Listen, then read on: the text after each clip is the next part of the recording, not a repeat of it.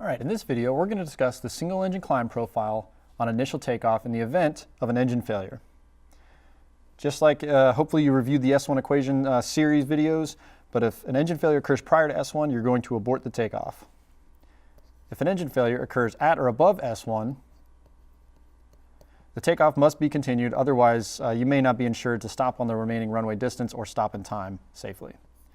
So, if an engine failure occurs at or above S1, there are a set of procedures we must follow in order to execute a safe climb out. In general, if an engine failure is after S1, rudder input may be required to maintain directional control on the runway. We're still going to continue to accelerate to V-rotate. Once you reach V-rotate speed, you're going to bring the nose up approximately 10 degrees nose high and begin to climb out in an attempt to maintain a speed of VCO, which you should already have bugged. If the speed of VCO is achieved that's higher than VCO, just go ahead and keep that speed. So as we're accelerating to the VCO speed, once we get a positive rate, we're going to bring the gear up. Now, during your initial climb, rudder trim is going to be needed to reduce the drag of the spoilers, so you're going to have to put about 5 degrees angle of bank into the operating engine to help that climb profile.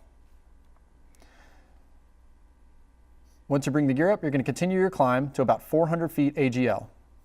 Now, you have the option of 1,500 feet as your cleanup altitude, but we'll cover that in a little bit. For this example, we're just going to use the 400-foot AGL option.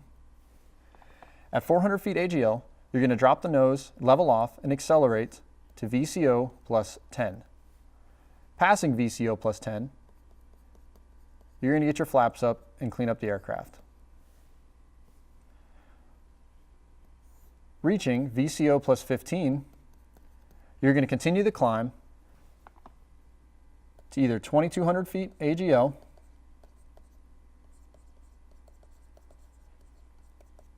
clear of obstructions or your desired pattern altitude, whichever is highest. If the climb is deemed necessary to continue after the highest of these three options, you're going to go ahead and continue the climb at 170 knots indicated. Well, it looks like the screen cut off there, but you get the picture. 170 knots indicated if you have to climb beyond those three altitudes. Now, a few notes to consider here. Once you reach VCO plus 15, we're going to go ahead and reset our power to MCT. Another note to consider is if your takeoff scenario had you have ACM off, it is crucial that you do not, I repeat, do not turn on the bleed air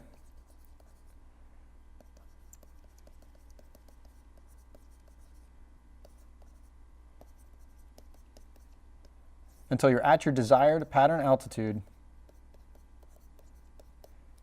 2,200 feet AGL or clear of obstructions, whichever highest. Don't turn on your bleed air until that has occurred, because turning on your bleed air is going to decrease your climb performance.